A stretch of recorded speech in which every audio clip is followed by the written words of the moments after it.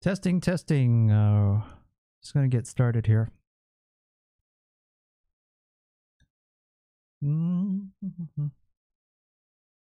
If you can hear me, please say hi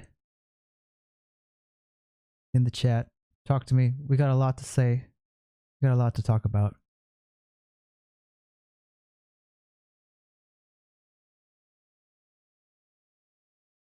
Tiffany, I see you. Hello. Hello. Hello, hello, hello. What am I holding in my hand? Well, that's what we're going to talk about today. Get ready. This is all about you, 2023. Hello, Sherilyn. This is all about you guys. Get ready. What am I holding in my hand?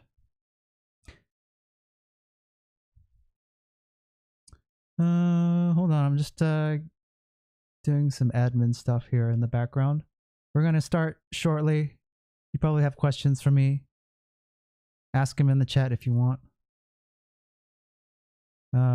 We're going to... How do I do this? How do I... Okay. Checking stuff. How's your day going? What's in my hand? You're about to find out.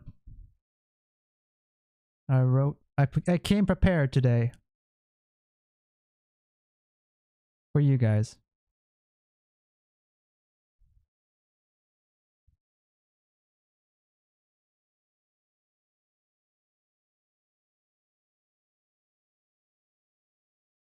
Don't be shy. Say hi. Say what's on your mind. Out with it. The year's almost over. We all made it through to the end. Give yourself a pat on the back. It's time to say goodbye to 2022. Get ready for the new year. In my hand is the key. What I'm holding right here. I'm going to share with you 10 things. 10 things that's going to change your life, okay? So, get ready. So, the first thing you're probably wondering is, where have you been, Justin? Why haven't you made any videos recently? You know, I don't see you making new videos. Okay, I'll explain. I had a lot of injuries and personal issues to deal with.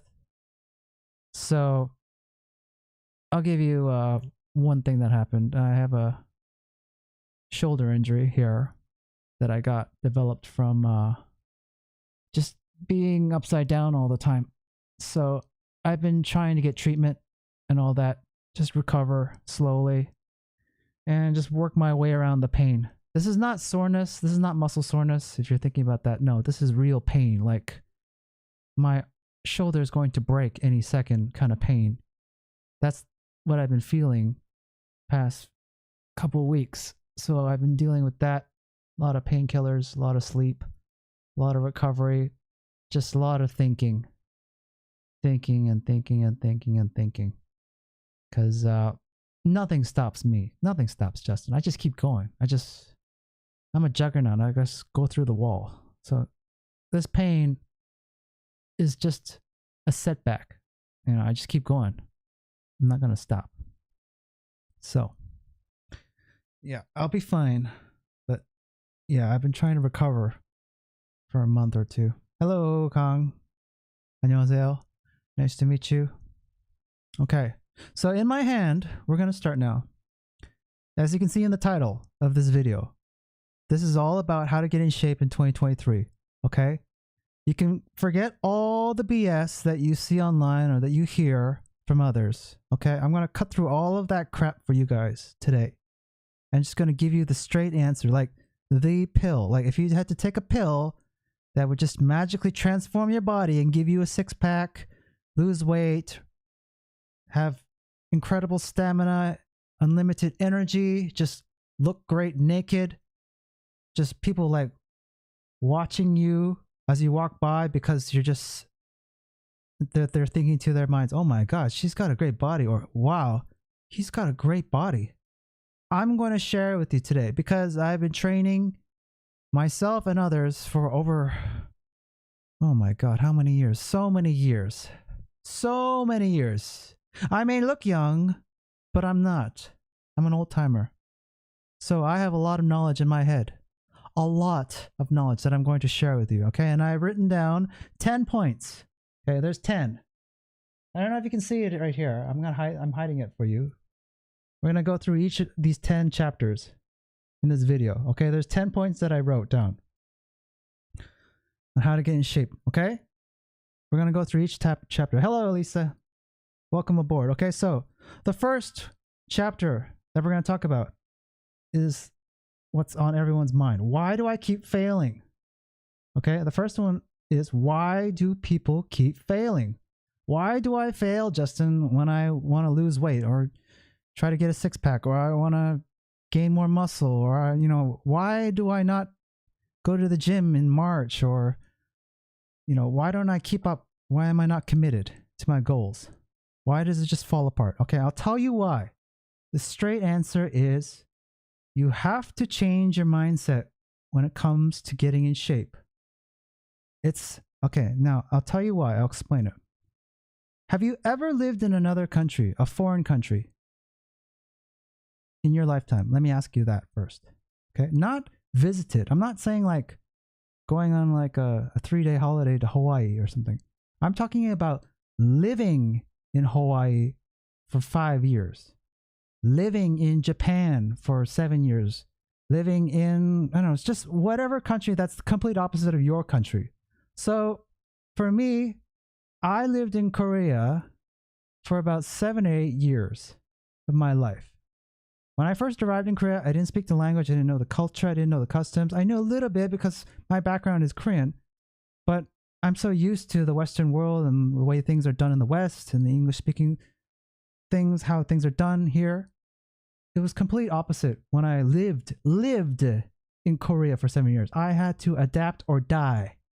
Now, you'll probably know this when you live in another country as an expat or a foreign exchange student. Okay, let's use Korea as this example.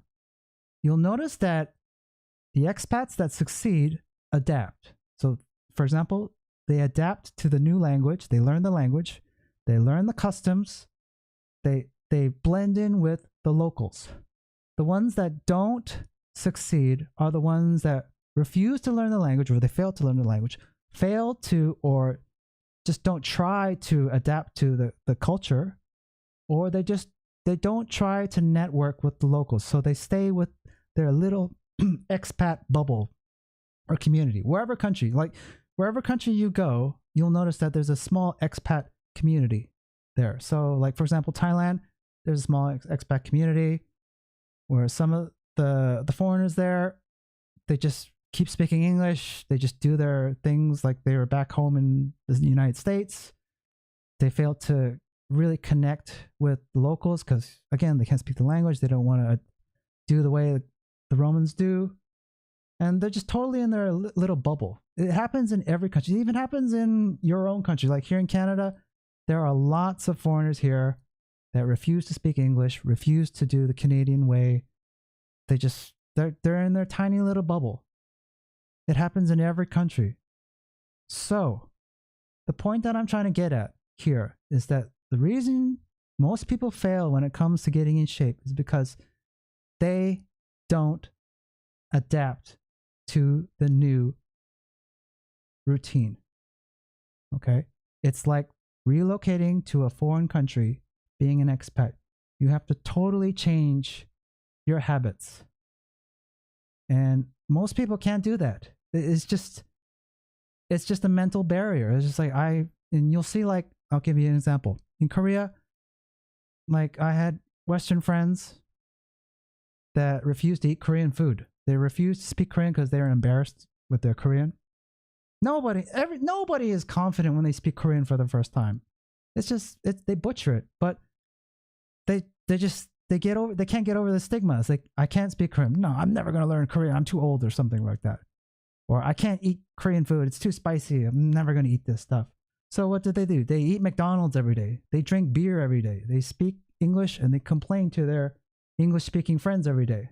Those are the people that fail to adapt to Korea, to the new way of life. So the same thing goes with getting in shape.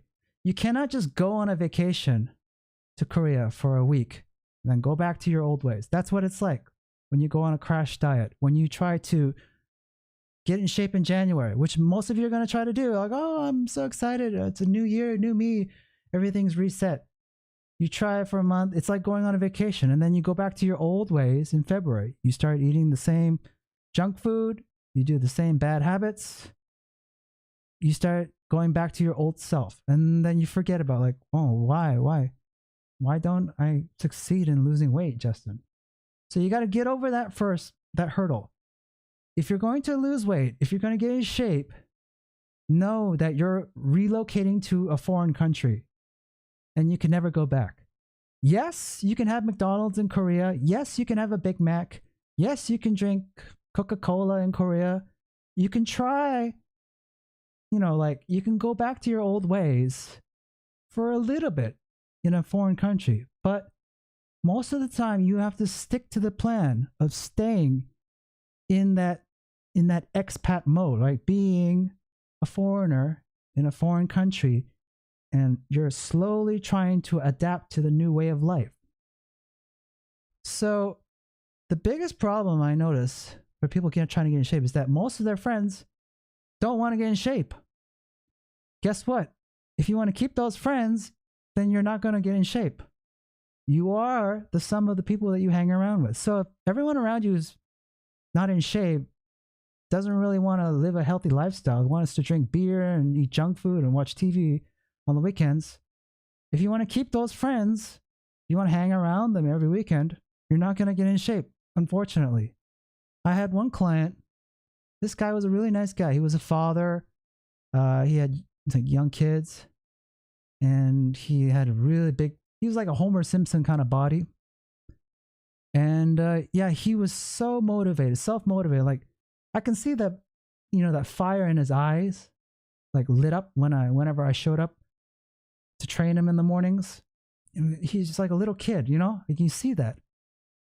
And I trained him really hard. I kicked his ass every session. But then I met his wife, and his wife wasn't on board. She was still back to her old ways, while her husband was trying to relocate to a new foreign country. So after every session, I met the wife and I saw what she was cooking in her kitchen. She was making buttery pancakes, bacon, waffles, sugary cereal, or a big glass of orange juice for him. Like I knew that everything that we did, me and the client, this guy, was all for nothing because his wife was not on board. She was overweight, obviously, just like him, and she doesn't really want to be in shape. So guess what? It rubs off on him. So I knew that he was never going to get in shape or get the results that he wanted so badly. So when you relocate to a foreign country, you're going to have to say goodbye to your English-speaking friends.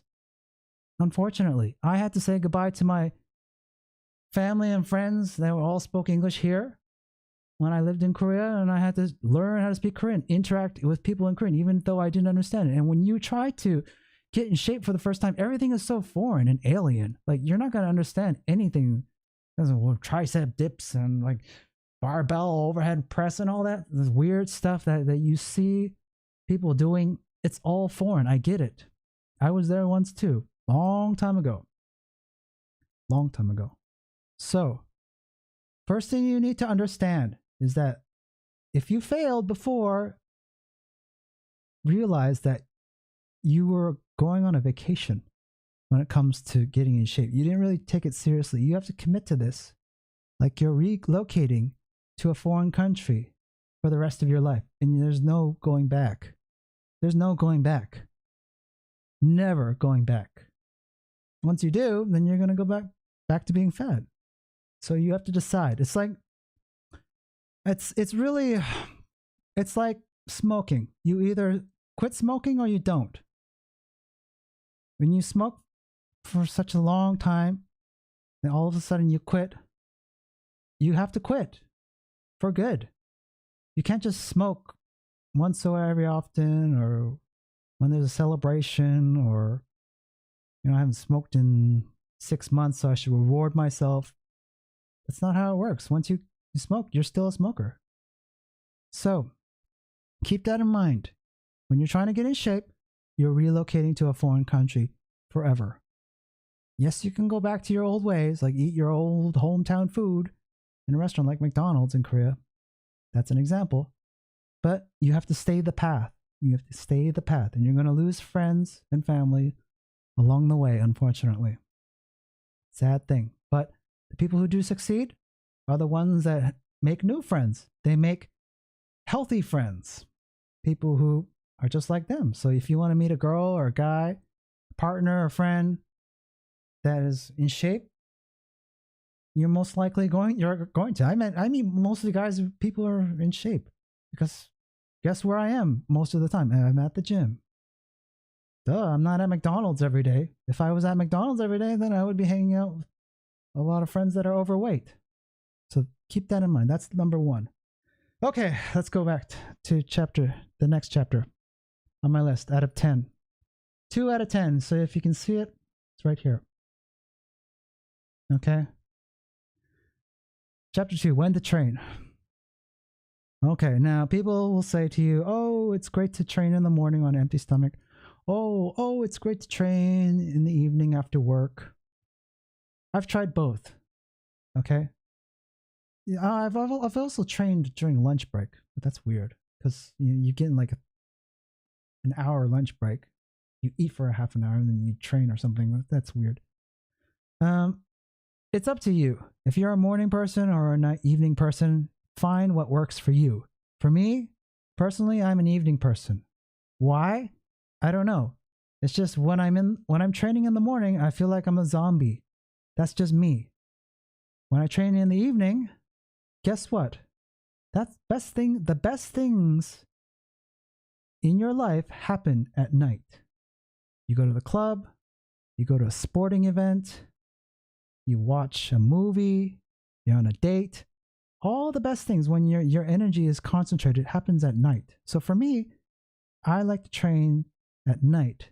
Okay, so that unfortunately means I have to have a late dinner because I train on an empty stomach. So I don't eat dinner and then I train right after at night. That's stupid. So I have to wait and have a late dinner, usually. So that's the con.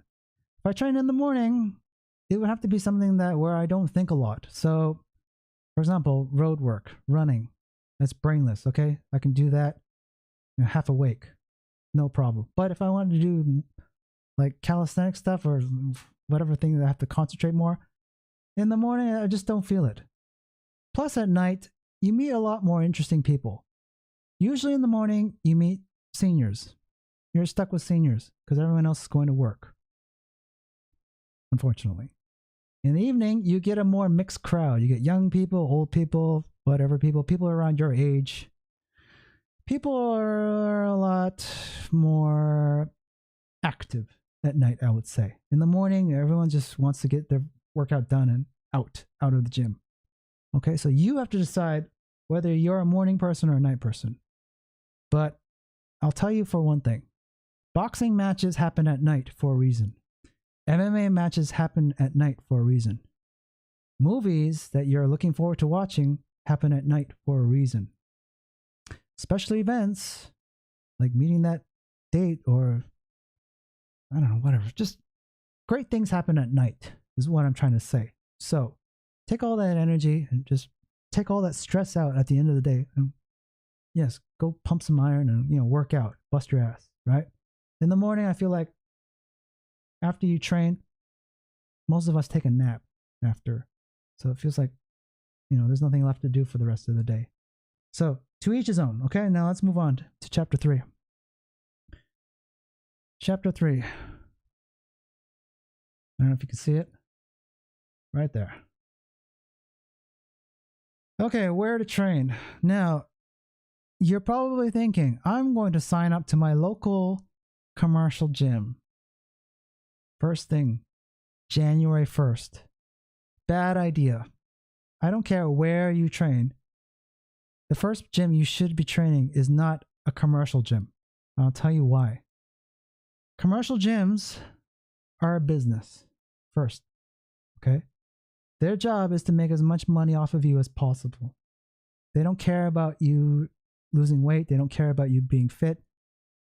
They care about making money first. They prefer that you don't show up at all. We all know that. They're subscription models where they sign up as many people as possible, and they hope that like a small fraction of those people show up every day. All right? Like less than 5%.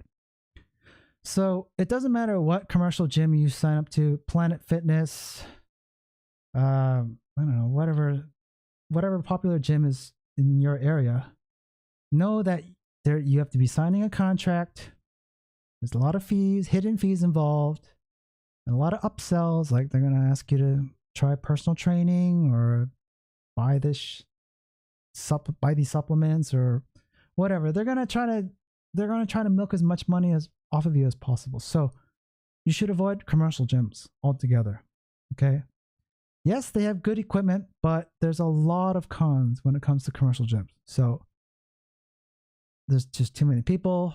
You just get a mixture of the worst people, the most toxic people that are all about money. Okay. And I'm not just talking about the staff, but I'm also talking about the people you're working around with. Okay. So stay away from commercial gyms. Okay. Stay away from that flash. So you're probably wondering, where should I train? So the answer is community centers. You live near a community center, I bet, a recreation center. So a community center has several things. Okay. So it has a swimming pool, it has a gym, a gymnasium where you play volleyball or racquetball or pickleball, which is popular nowadays. You have a whole bunch of small rooms for community gatherings. It's a place where you can go to vote. All of that. Okay. So find a community center near you, and most likely they have a gym, and you can sign up for that gym on a monthly basis, month-to-month basis. And the good thing about this is that you don't sign a contract, like a 1-year contract. Okay. You can do month to month. And some community centers stretch to more than just one location. So, for example, one community center or one membership that I have allows me access to several gyms around the area. Okay, so like around 7 to 10 gyms I have access to using one membership. Okay, and I just pay one small price, and there's no hidden fees, there's no monthly fees, no maintenance fees, no upsells, no downsells, none of that. Okay, so if I were you, I would tell you to sign up for a recreation center gym membership. Okay, so find a community center near you, sign up. Plus, you get access to the sauna, steam room, hot tub, swimming pool, gymnasium, all that. It's fun. You get to know your community, know the people that are around you. Okay, so it's a much better experience, in my opinion. And you get a more diverse crowd. Okay, you get seniors all the way to like young kids. That's the biggest con, though, in my opinion. It's like I work out at a recreation center full of kids most of the time. Just kids these days, just they hang out in gyms instead of the malls, which is fine, but they're just hanging around doing nothing, playing around with their smartphones in a gym setting. So that's the only trade-off. So that's where to train, community center gyms. Okay, CrossFit gyms, you don't need to. They're like $200 a month. Do you really need CrossFit? No. That's a special niche. If you are totally dedicated to CrossFit, then yeah, go ahead. But I wouldn't recommend that. Okay. So next on our list, right here, what to wear. Now you're wondering, why would you put what to wear on the list, Justin? Okay, so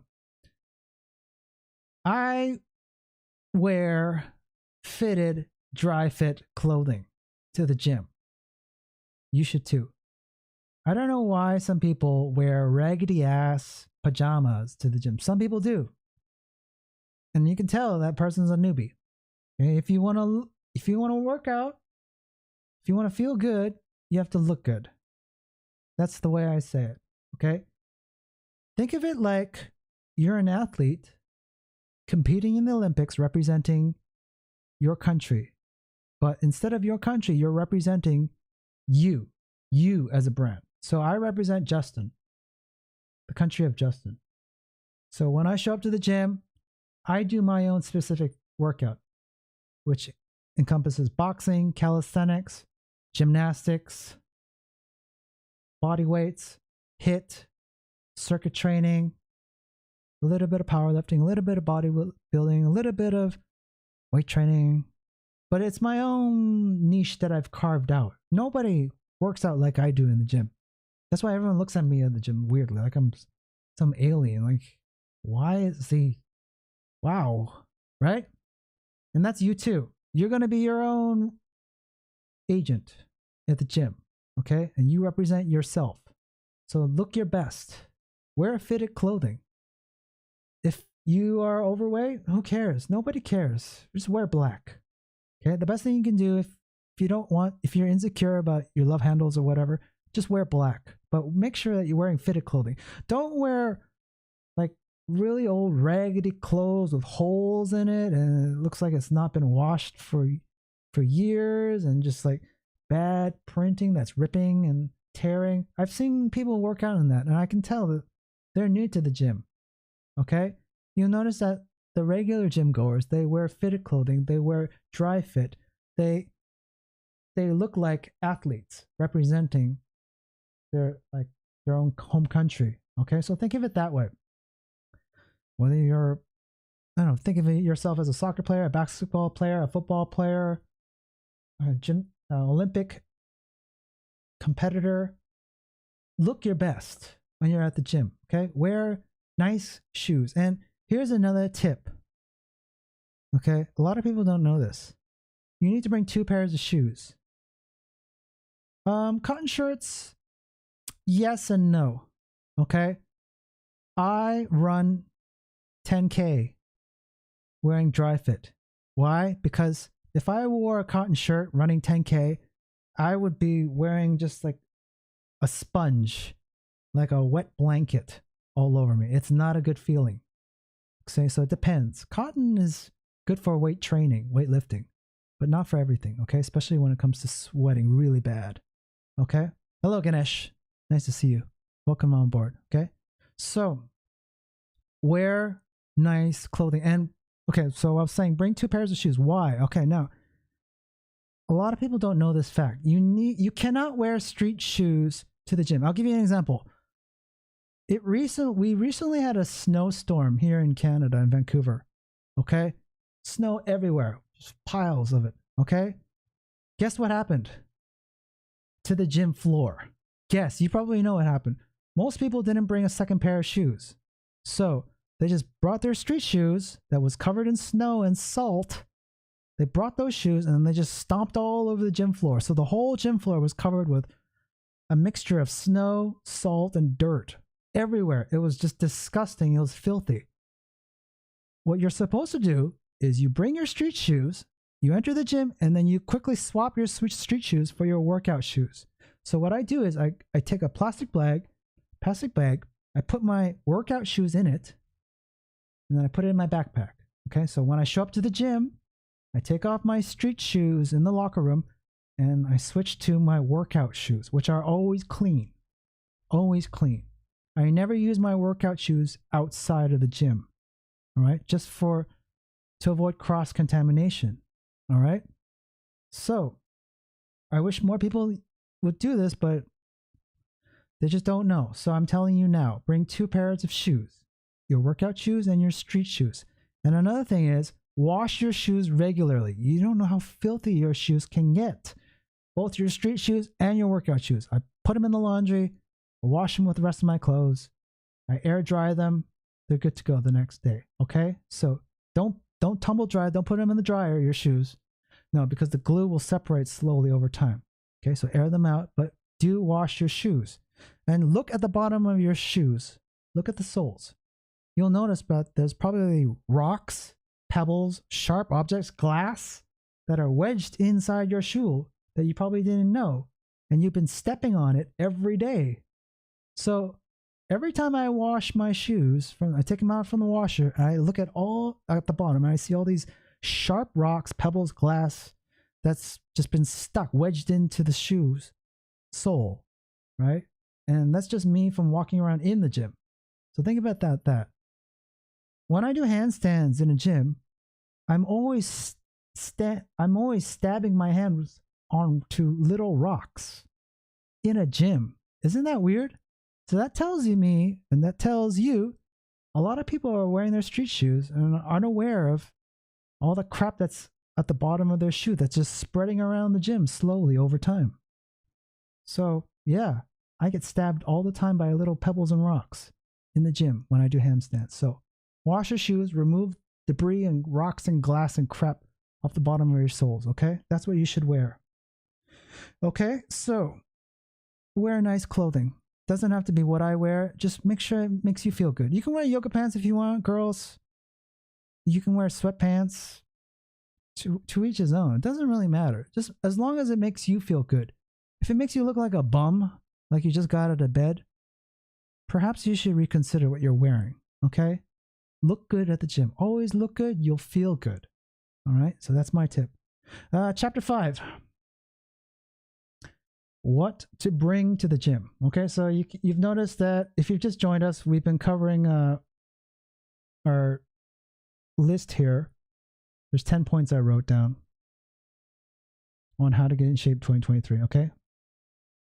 Vaccinate shoes with booster shots. Sure, if you want. Okay, so the next chapter is what to bring to the gym. Okay, so now we've decided that we're going to work out either in the morning or in the evening. We're going to train at a recreation center, a community center gym. That's better than commercial gyms. We know that we're going to wear nice clothing to the gym, okay, because we want to look our best, okay, as we train, because there's going to be mirrors everywhere. You're going to be judging yourself. Now, what to bring? Okay, here's what you should bring. You should bring a glass bottle. First thing, don't bring plastic bottles. I know, plastic bottles, I don't know how many people just mess this up, okay? Glass is healthier. Don't consume water from plastic, okay? Try to avoid it if you can. Okay? You don't know how can I say? You're shooting yourself in the foot in the long run if you drink out of plastic. We all know it, okay? Plastic's not good. Okay? To eat out of or to drink out of. Always use glass. Okay? Glass. So, here's what I do. Here's what Justin does. Okay? I take a root beer bottle. I buy root beer. Okay, so I buy vintage old root beer at my local grocery store. Okay, it's like, those brown vintage. It looks like a beer bottle. It looks like a beer bottle, but it's a root beer bottle. Drink my root beer, and then I put it in the dishwasher. After I take it out of the dishwasher, I fill it with water. Okay, and I use purified water that I get from a Brita filter. Okay, I fill it up and I take it to the gym. Glass bottle. I drink out of that. One glass bottle. You don't need to bring a giant plastic milk jug full of water. I see this all the time with guys. Like these huge, like these bodybuilder guys, they bring these huge giant plastic milk jug shaped containers full of water, and they're gonna chug all of that water. That's just disgusting. Okay. First of all, you don't need to drink that much water, consume it during your workout. Because why? You're going to be bloated. You're going to get cramps. You're just going to be a walking water bottle. Try doing handstands when your belly is just wobbling back and forth. Okay, you want to be light, like a boxer. You notice that boxers, between rounds, they drink water and they spit it out. Do you know why? Because if they had that water jiggling around them while they're fighting and they get hit, it's going to be just worse off. They're worse off. So think of it like that, like a runner or a boxer or a fighter drinking small sips of water during your workout. Now, After your workout, you can chug as much water as you want after your workout. But during the workout, you should not have water jiggling around. How are you going to run on the treadmill? How are you going to run 10K with water just sloshing up and down? Like, it's going to give you cramps. So think of it that way. How are you going to do your burpees? You're going to get just pain in your stomach because of the water, so much water you drink. So I just take a regular root beer bottle. I fill it with Brita water. I take it to the gym. And I drink small sips when I need to. Especially when I hit the heavy bag, I have to. But it's better than just chugging between sessions, okay? I wouldn't do that. All right, and then you can always refill your bottle, your glass bottle. There's a refill station, there's a water fountain. At every gym, you can refill it, okay? And that's better, actually. Build up that habit of refilling your water if you have to, okay? That's better than bringing a huge jug, in my opinion, okay? And I've seen guys, they go to the water fountain and they fill up their huge jug. It takes them like 5 minutes just standing there. That's a waste of time. Be efficient when you're in the gym. Okay, so bring a glass bottle. That's the first thing. Fill it with Brita water. First thing I bring. Second thing I bring is a towel. Wow. Some gyms will provide towels for you. Others won't. But I bring a small hand towel because you want to wipe the sweat off your brow. If you don't have any sweat to wipe off, then you're not training hard enough. If your armpits are dry, you're not training hard enough. If you don't have a little wet patch right here to soak up with a little hand towel, you're not training hard enough. That's the fun fact, okay? At the end of every session, I'm wiping sweat off my brow, just like a windshield wiper wipes rainwater off my windshield from a car, okay? You should be constantly doing this during your workout, wiping sweat off your brow using your hand or a hand towel. Hand towel is better for you know why, hygienic reasons. And most gyms these days, they have like a spray bottle with towels to give out. My recreation center has one, so we take bottles and spray, and we spray the bench, for example, after we're done because we don't want to cross contaminate. That's fine. That's good. It's a good habit to implement. But if your gym doesn't have that, bring a hand towel, okay? Around your shoulder, okay? You should be using it constantly. That's the best way to know that you're training hard enough. You don't need a smartwatch. That is so silly. You need a hand towel. That's the best indicator of how well you're working. You don't need your smartphone. You don't need your headphones. I don't bring this to the gym. I'll tell you why. I know a lot of people like to wear wear headphones when they work out. That is not a good idea, in my opinion. Okay, I'll tell you why. When I'm working out in the gym, I have to be aware of, or when I'm in public, I want to be aware of my surroundings at all times. Okay, I want to be aware of who I'm working around. I want to know the atmosphere. And I don't want to shut off my hearing in order to enjoy music, okay? And here's another thing. If you run like I do, you'll notice that the sweat drips down your forehead, and sometimes that sweat enters your ear canal. I've tried to listen to music while I was running on the treadmill, or I was on the Stairmaster, or I was rowing or something, right? Guess what happens every time? Sweat goes into my ear canal and it mixes with my earphone. And I have to dry off my earphones after because they're just drenched in sweat. It's not a good feeling. So I thought to myself, you know what? The heck with this, okay? I'm not going to wear headphones or earphones. I'm not going to listen to music. I'm just going to run or work out without them. And that's what I've been doing. Just completely stoic running. That's what I do. Sweat. The sweat goes into my ear still, but at least it's not mixing with my earphones. All right. So it's hard. I know a lot of you are going to say, oh, Justin, I love music. Music. I can't work out without music. It's like music motivates me. That's your mindset. My mindset when I enter the gym is I'm entering the ring. Have you ever seen a boxer wear headphones while he's boxing for the championship belt? No. Have you ever seen an MMA fighter fight with headphones on while he's being taken down? No. Have you ever seen Olympic athletes wear headphones while they're competing? No. Beforehand, yes. Yes. You've seen swimmers.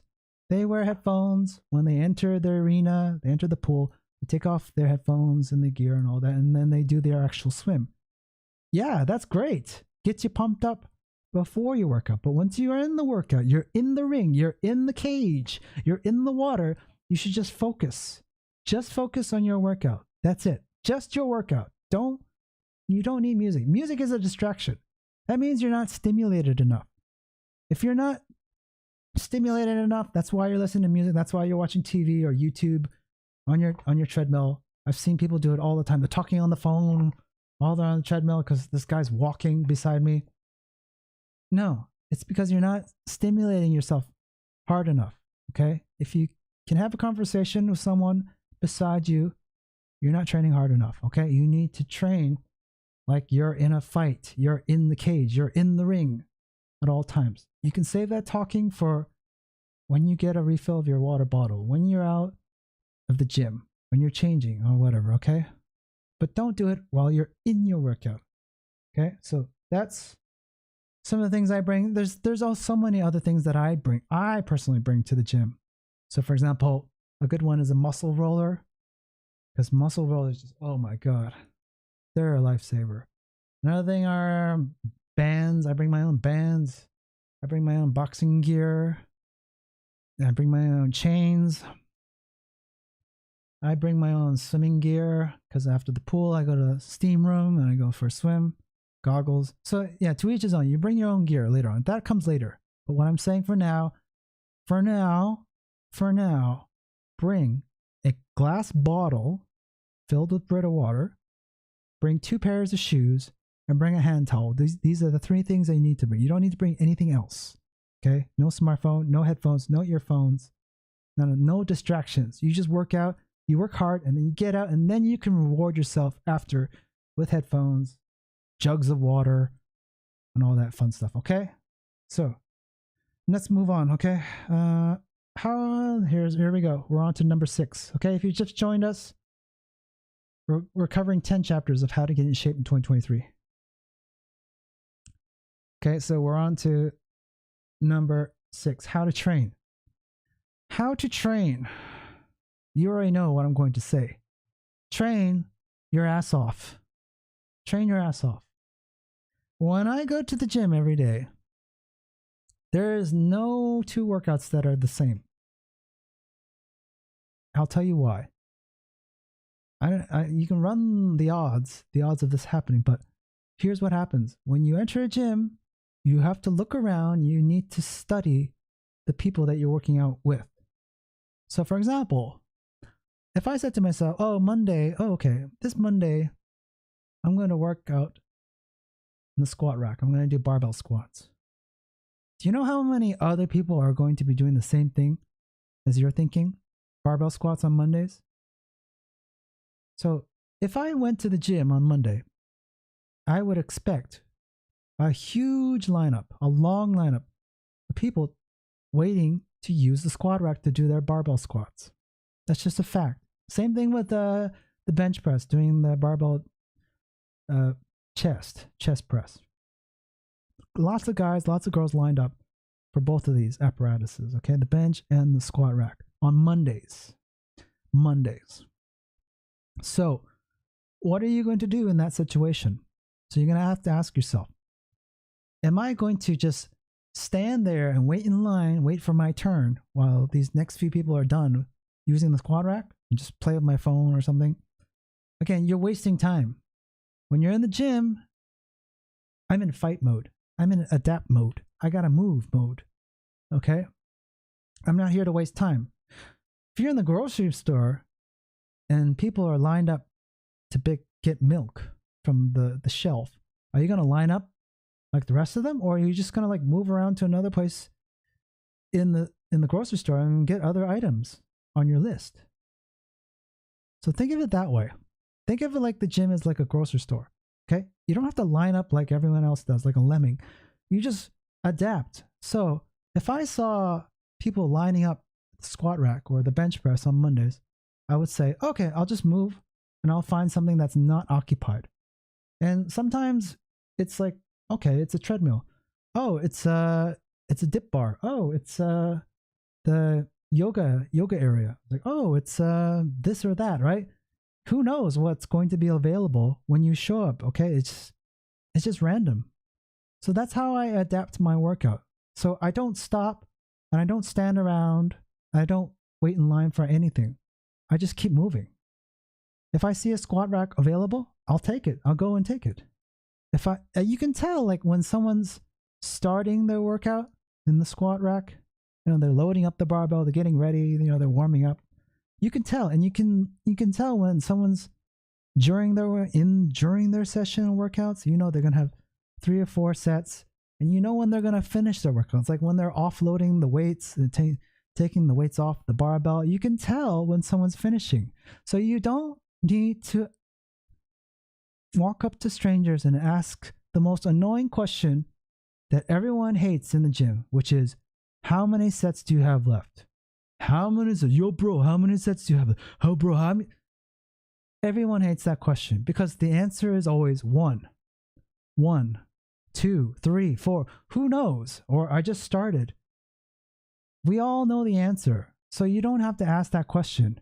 It's like when you're driving, you don't need to honk your horn in order to tell somebody to go. They're going to go when they are ready to go, when they notice, when they pay attention to the green light, they're going to go. Same with you. Know that you don't need to honk your horn. You don't need to ask people, strangers, how many sets do you have left? Okay? You just find something that's available. Okay? And if someone does ask me, yo, how many sets do I have left? This is what I do. I don't say anything. I smile and I do this. And they get it. Okay? So most communication is nonverbal in the gym. You don't need to say anything. And then if someone tries to come up and say, oh, are you done? I'm like, I'll point to someone else that's next in line who's ready to use it next. The best thing you can do is just say, okay, I'll just let you know I'll be next. That's it. Yeah, just, oh, I know you're almost done. I'll be next. That's the best thing you can say. Okay? Know that you reserved your spot next after. But know that Mondays are the worst to try to use the squat rack or the bench or the barbell.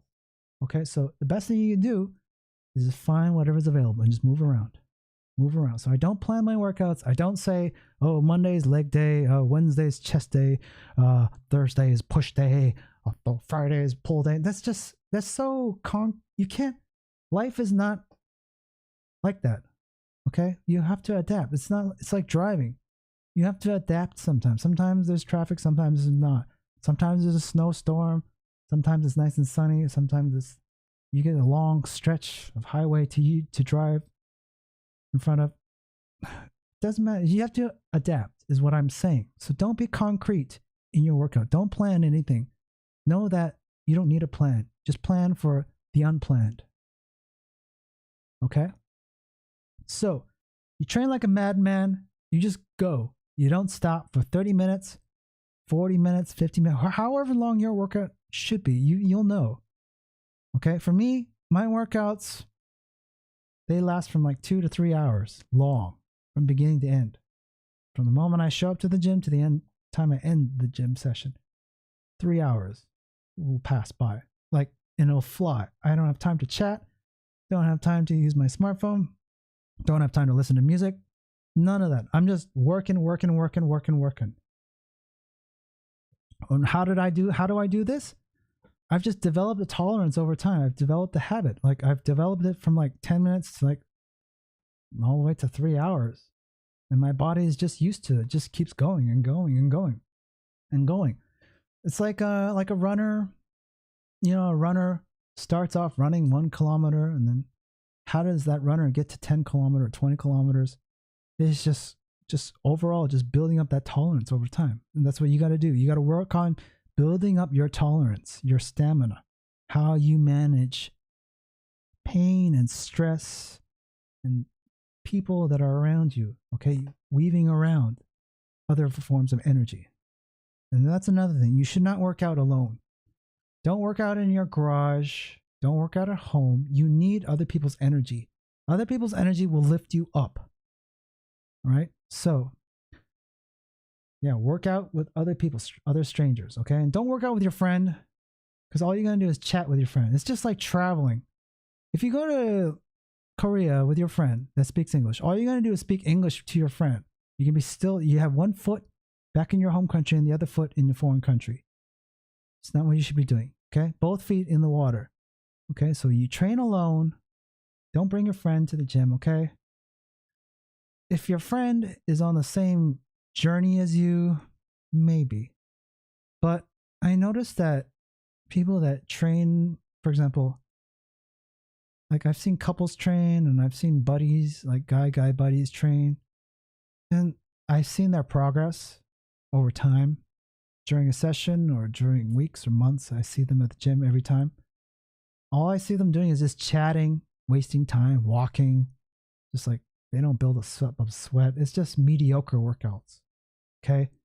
You have to think of it as you stepping into the ring.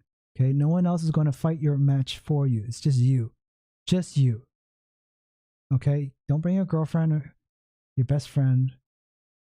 Okay. It's not going to work. It's just 50-50. Okay. It's a half-assed workout. Okay. And when I train with other people, I feel it too. Like I'm not getting anything done. Like these guys are behind me in some aspects and they're ahead of me in some other aspects. So it's very hard to find somebody that's on the same wavelength, what I'm saying, as you.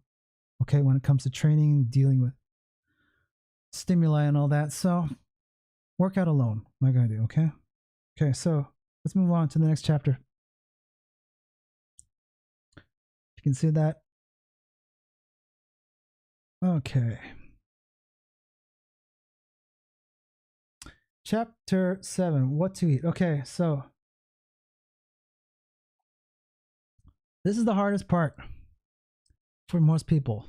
Okay, like I said, when you're training, you're trying to get in shape. It's like relocating to a foreign country as an expat. You're living there for the rest of your life.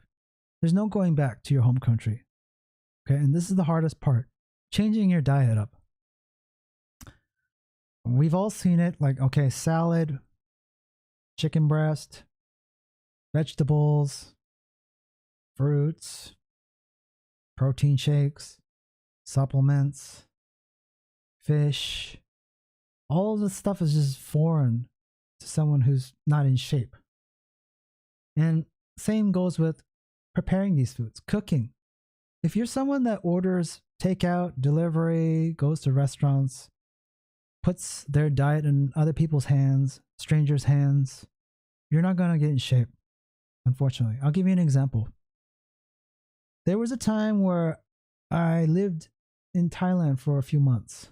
Okay, I was all on my own. I totally relied on restaurants for my diet. Right? I rarely did grocery shopping because, I don't know, I just didn't have adequate kitchen space, or I just wasn't really in the mood to cook at the time. Okay, I spent more of my time exploring Thailand. So I left my diet in the hands of strangers. And what happened was I started getting pudgy, like fat. I got beer belly. Because the foods that I was eating was just they were using bad oils, too much sugar, too much salt, too much carbs, too much alcohol, just very poor protein, like not very lean foods.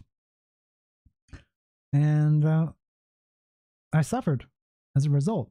So I got really fat. And no matter how much I trained, I kept eating out. It just, the results weren't showing. I just kept gaining weight. And that's the thing. If you make your own coffee, if you make your own breakfast, if you make your own lunch, if you make your own dinner, if you take your own supplements, you'll have, the more control you have over the things that you eat and put in your body, the better results you're going to get. It's just matter of fact. So what I'm saying is you're going to have to learn how to cook. You have to learn how to shop for foods so you're totally held accountable for foods you eat.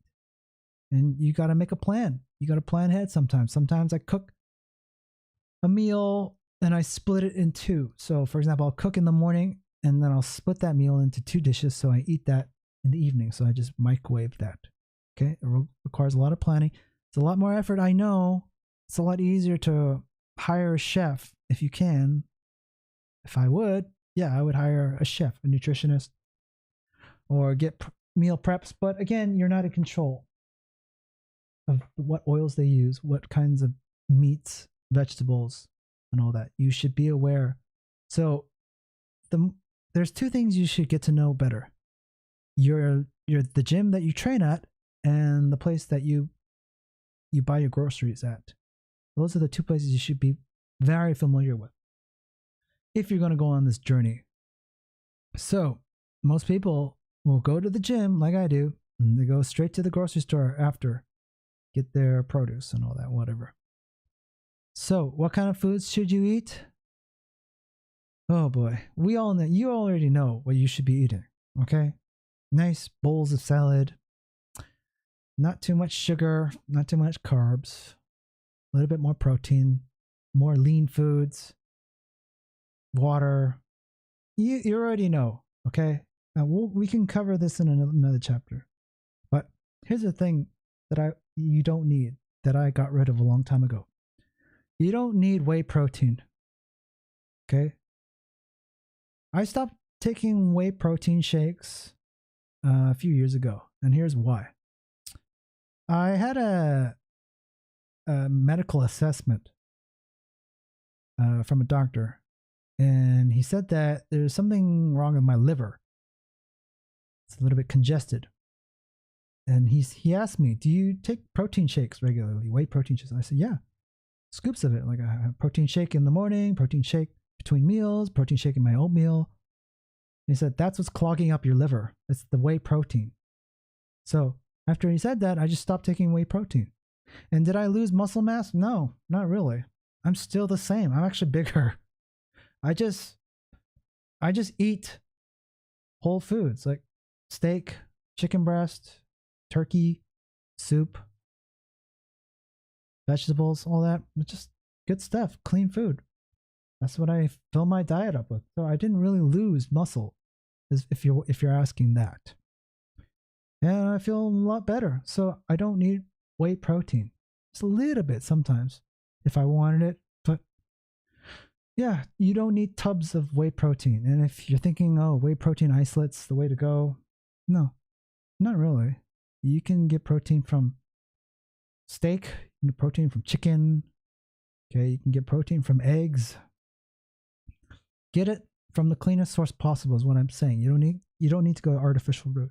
Okay? So that's what I say about what to eat. Okay, we're almost near the end. Okay, so here's where we are at.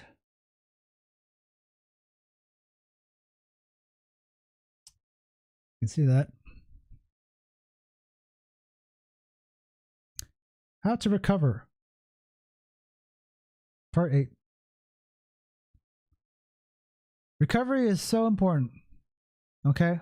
Take it from me. I get injuries all the time. I'm not talking about soreness. I'm talking about real injuries. Sleep is important. Steam sauna. Steam and sauna. Steam room sauna.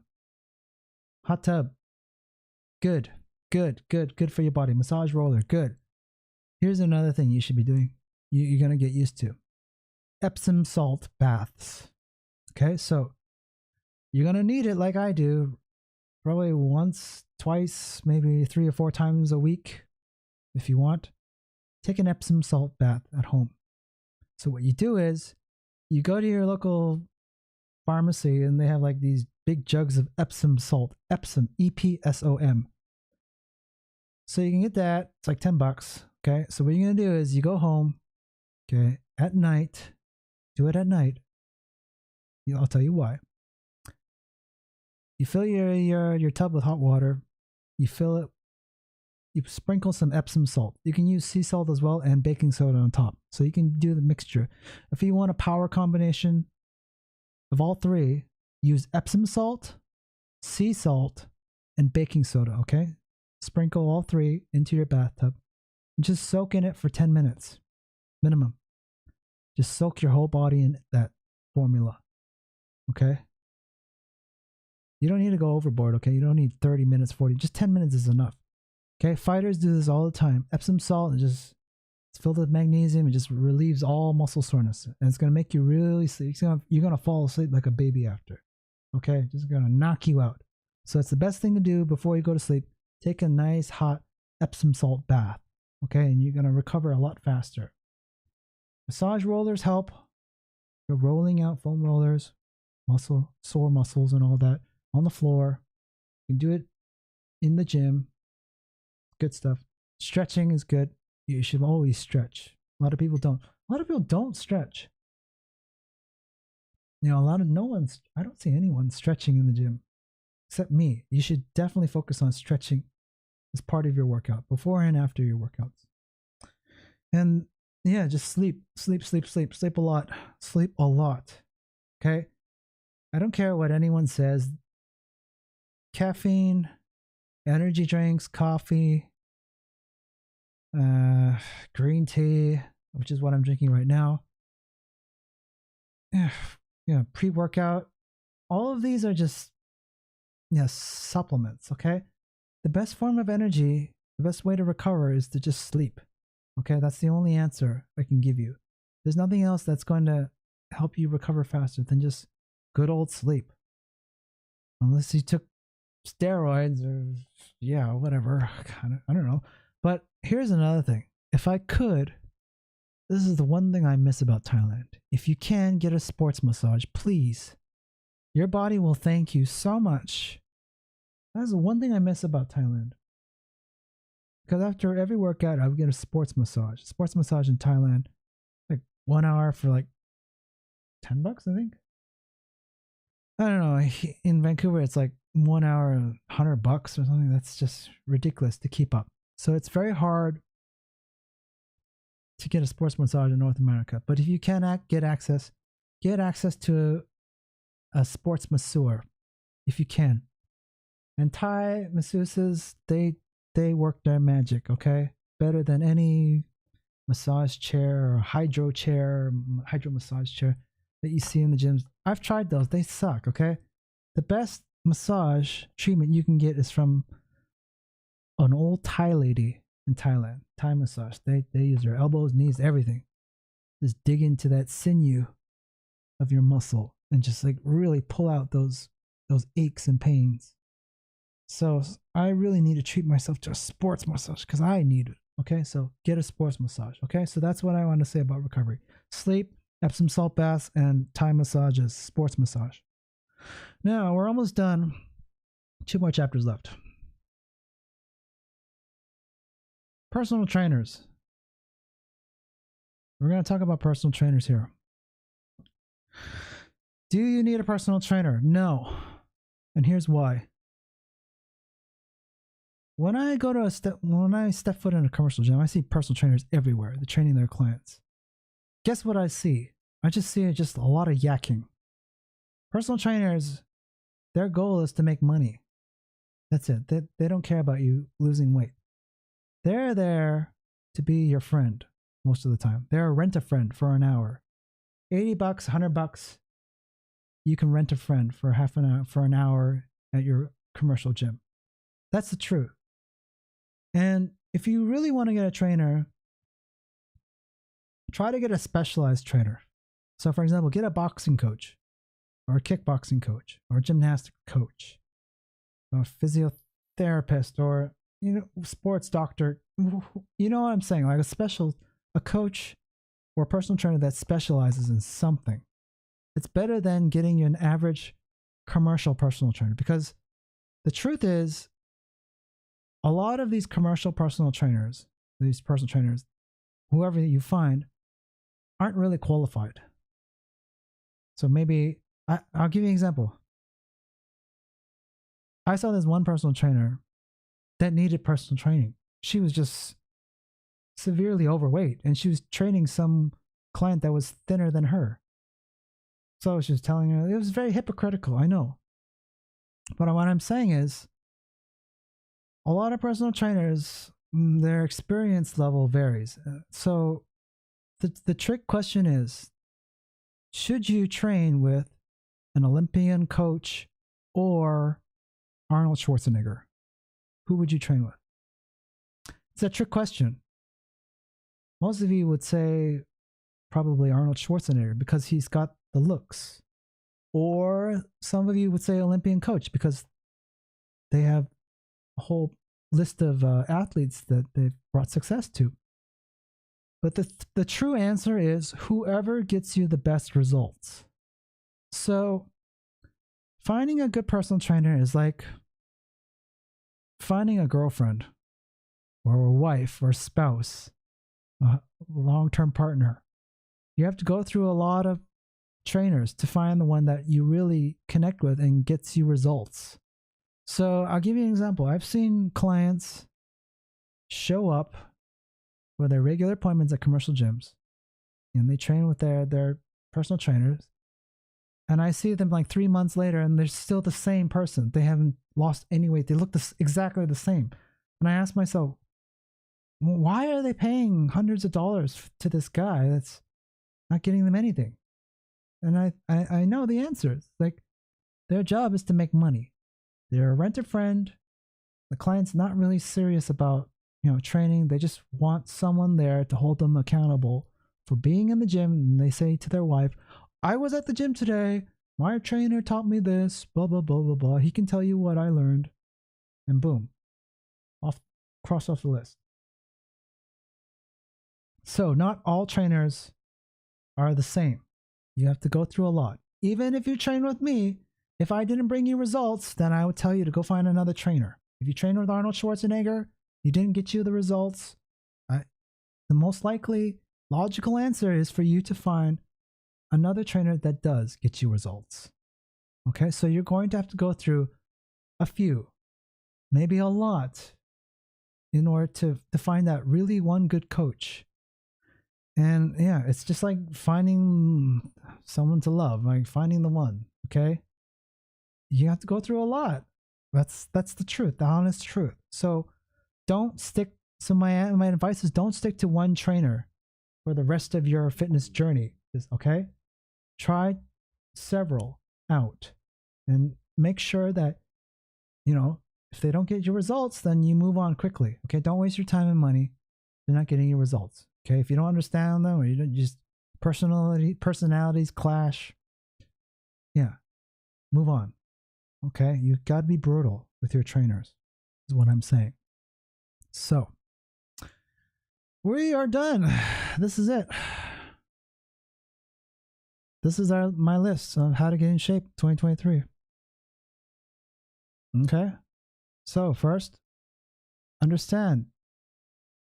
Number one, you're relocating to a foreign country permanently. Okay, there's no going back.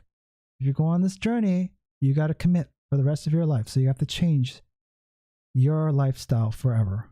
Number two, you either train in the morning or at night. You got to find which kind of person you are. Okay, so try both and then just commit to one or do both if you can. Okay. Number three, you're going to have to train somewhere. Okay, home gym is, you don't need to invest I've seen a guy invest $10,000 in his own home gym. He doesn't use it because there's no one to motivate him. It's just him in there in this cold little gym.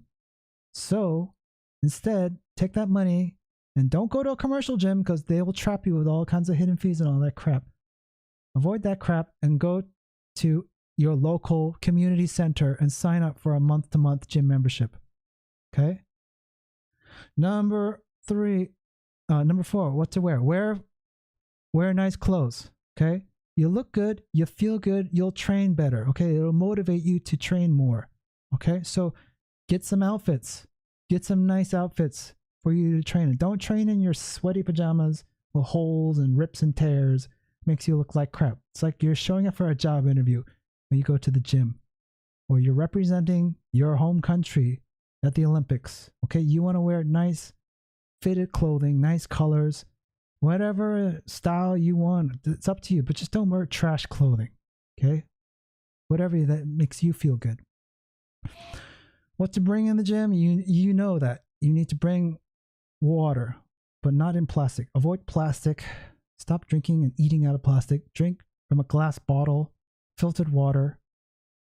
Bring 2 pairs of shoes, workout shoes and your street shoes. Switch your street shoes for your workout shoes. Okay, don't work out in street shoes. Okay, respect the gym. Take off your street shoes and you wear your workout shoes and get some nice workout shoes. Okay, what kind of workout shoes do I recommend? Asics. Asics is good for running. Okay, Nike is okay. Reebok is okay. For me, I have a low arch in my foot. Okay, so you need to go to a running store. Seriously, go to a running store and find out what kind of arch you have in your foot. Do you have a high, medium, or low arch? I have a low arch. So I wear shoes that have a low arch. I wear running insoles that have a low arch. So invest in good shoes, good, proper workout shoes, and you'll run better. You'll feel better. You'll feel good. It'll motivate you to go to the gym more, to try out your new clothes, your new shoes, all that. Show it off. Make sure you wash your shoes, please. Get all that dirt and crap and glass and all that that's wedged in your shoes. It's been collecting. You have no idea how much crap is collecting in your shoes. Street shoes and workout shoes. Wash them in the washer. Air dry them. Never tumble dry them. And bring a hand towel. The hand towel is the best way to measure your workouts, okay? If you're not dabbing yourself with your hand towel, then you're not training hard enough. There's not enough sweat. This is the best indicator of your workout. If you're not doing this constantly, you're not working out hard enough. Okay? If you can easily talk, you can sing a concert to the person beside you, then you're not training hard enough. Okay? You should be out of breath, huffing and puffing, just like you're in the cage. You're in the 12th round of a boxing match. That's what it's like. That's how you train. Like you're in a fight. You adapt. You don't just stand around like you're in a lineup at your grocery store, okay?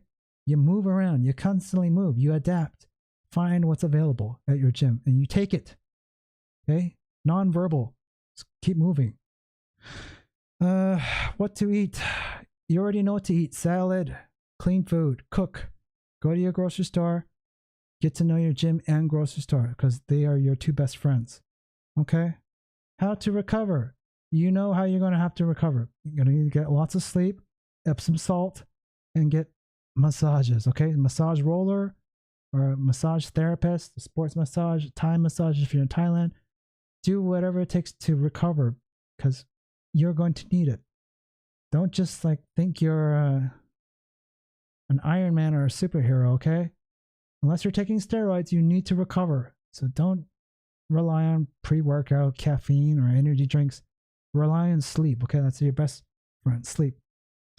You don't need personal trainers unless you want someone that specializes in something. So for example, if I were to hire a personal trainer, I would hire someone that specializes in boxing because I want someone to hold the mitts properly.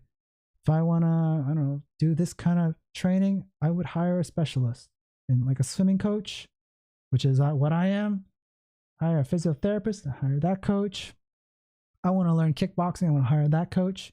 I want to learn powerlifting. That guy specializes in powerlifting. I'm going to hire that coach. Find a coach that's specialized. Don't hire those commercial personal trainers that take a weekend course. Seriously, they take a weekend course, they get it certified, they're a personal trainer. Boom, they start making money. How? They just find gullible people that are just new to the gym. They're acting like a rent-a-friend for an hour. Okay? They get nothing done. So not all trainers are the same. You're going to have to cycle through a lot of them to find the one that you truly connect with. It's just like finding a husband or wife. You got to go through a lot. Okay? And here's what I want to end off with. Q&A and my offer to you. My offer to you is that if you want to get trained by me, there it is. There's the link. Now, I offer personal training. I train people. I've been training people for so many years, okay? Online and offline, okay? Now, you know of me as a swimming coach. Yes, I teach swimming, but I also teach people on dry land. Whoop-de-doo. So, see the link in the chat. That's my offer for you, personal training. Now, I'm going to give you a discount code, 10% off. 10% off discount code if you sign up right now, okay? That's the discount code. You can see it in the chat. If you use that, you'll get 10% off, okay? So how it works is you sign up, we make an appointment, we talk on Zoom, we get to know each other. I know your strengths and weaknesses. And yeah, we put you in action is what we do. So everyone's different when it comes to getting in shape. So I'll give you an example. Like swimming is very straightforward. You need to learn how to breathe comfortably in the water, blow your bubbles, which I taught you. You need to move from A to B using a glide or rocket ships, which I taught you. You need to move your arms, move your legs in a certain way, which we call strokes, from one end of the lane to the other, which I taught you. And then you need to continue this, without being scared of the deep water or learning how to control the water in your mouth. I taught you that. It's very straightforward. It's like driving a car. But when it comes to fitness, everyone's a little bit different because everyone's starting off differently, right? Someone's like underweight, someone's overweight, someone has injuries, someone is young, someone's old, someone comes from this athletic background, another person comes from this kind of background. Everyone's different, when they start off. So I don't have a client like that I can give them like a straightforward recipe to getting in shape. Everyone's different, like I said, when they start off the fitness journey. So I found that instead of telling people to like, okay, do 10 push-ups, do 10 burpees, and just run 10K or something, like, instead of giving a cookie cutter answer to everyone, what I do is I customize workouts for each client after I learn what their strengths and weaknesses are and what they're trying to accomplish. So, for example, if I had a female client, most likely their goal is to get a bigger butt, lose weight in their love handles, yada, yada, yada. But compare that to a guy would be totally different. A guy would be like, they want to get a six-pack, but they've never worked out in their life, and they've trained in IT, they worked in computers, so they don't know anything. So you know what I'm saying? Every client's different. And teaching fitness is not straightforward like swimming is, okay, based on my experience. So what I offer instead is I just customize workouts for everyone. So I listen to them, clients, what do they want? Okay, got it. Okay, now I have to create a specific formula for them. And everyone starts off differently, okay? Someone can run 10K on the first day. Someone can only run 1K on the first day, okay? That's not surprising for me, okay? So I have to know who I'm dealing with. So if you're serious about losing weight or getting in shape, 2023, that's my offer. Check out the link. The discount code is in the chat. You can see it right there, okay? You can share it with your friends, but I've limited the discount code to a certain number of people. So once it's gone, it's gone. Okay, so I'm not going to tell you how many people can get access, but there's a very short limit. Okay, this is the only people that know about this is you guys. Great tips, though. I work out best alone. I don't like spending money for people to sit on the machines in areas where I want to work. It's always been this random kind of things. I need help. That's funny that you brought that up, Elisa. A lot of people it looks like from the outside. Okay. Again, like I said, it goes back to what I'm saying. Everyone's different on their fitness journey. Okay. So I'll give you an example. Where I train at this recreation center gym, there's a lot of kids, like young kids, like teenagers. Uh, there's this one girl. She is a complete newbie. You can tell, like she's just like fish out of water when it comes to the gym. She doesn't know any of these exercises that she's trying to do. I can tell you can totally see it. So what I do is I subtly help her out sometimes. Okay, I don't help her out all the time, but I let her figure out things on her own. But in some cases, I know that she's trying hard, her best. She's trying her hardest, and she's obviously doing the exercise wrong. If you can see it, if you're experienced, you can see that she's doing it wrong. So, for example, like if you're doing a squat, you know that your knees shouldn't buckle in, right? Like your knees shouldn't cave in when you descend into a squat.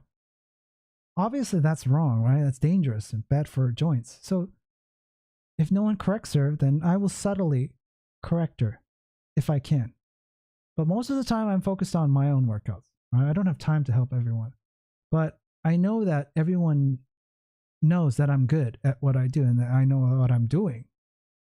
So there's a balance, a fine balance between helping people and not helping people. And I told you, I made a video about this before. Don't help people because most people don't want your help.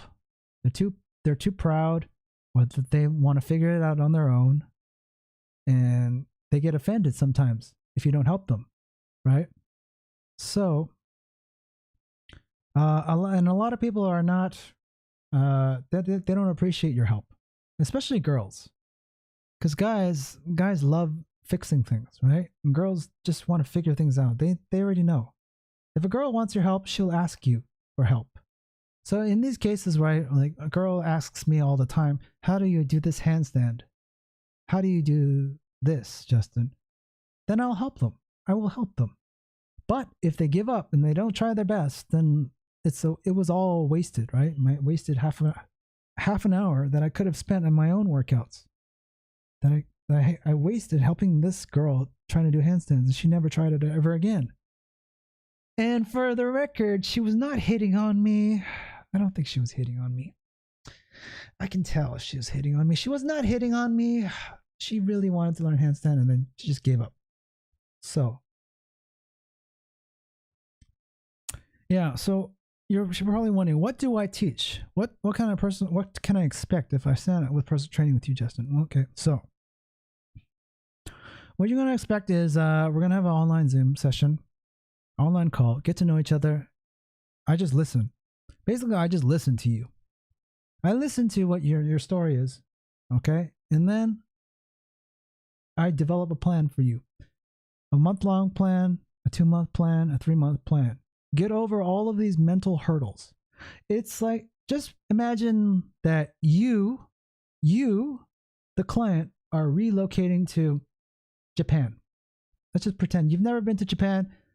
You don't speak Japanese. You don't know anything about Japanese culture, and you have to relocate to Japan. You got to fly out to Japan tomorrow. You're panicking, okay? You don't know what to do. So you hire me, and I am the liaison. I am the diplomat, okay? I'm the Japanese diplomat. And I help you during your process from your home country to Japan, relocating to Japan permanently. I teach you how to speak a little bit of Japanese. I teach you a little about Japanese culture. I teach you the do's and don'ts of Japan, how to do this and how to do that in Japan, what to watch out for, best practices, all of that, right? I can't teach you everything about Japan in one hour Zoom call. No, nobody can. But as we get to know each other, as we spend more time with each other, we communicate through email, which is what we do because we do reports and all that. Then you slowly transition into Japanese mode, right? Your mind just, okay? Versus you trying to learn it all by yourself or try to figure it out by watching YouTube or seeing what other people do, okay? Which is what a lot of people do, okay? So, if you are interested, the link is there. Discount code is there. This video, this live stream will be on replay. So you can watch this video over again, okay, if you have any questions. Gym staff. That's a job for gym staff. Should definitely try. Okay. Yeah. You can ask gym staff if you wanted help. No, yeah, no shame in that. Sometimes I've seen machines that were totally foreign to me in the gym. I didn't know how to use. I'll give you an example. At this recreation center gym, they specifically had a new glute machine. A glute machine. I've never seen a glute machine. So hip thrust basically. I'm used to doing hip thrust with a barbell and a bench, but I've never seen a glute machine. So I didn't know how to work it. So I asked somebody how to use the glute machine. There, no shame in that, okay? So don't help people unless they ask for it, or they really need it, or you can subtly tell. Okay, so that's all I have to say for now. So rewatch this live stream, and I wish you the best in your journey 2023. Okay? Get in the best shape of your life. All right? Follow these 10 principles. Know these 10 things that I explained to you. And that's it for now, okay? I hope you have a happy new year and all that. And I'm going to go out, log out. Okay? Thank you, Dante. Thank you, Elisa. Thanks for watching. I'm out. Have a nice night. Talk to you later. Bye.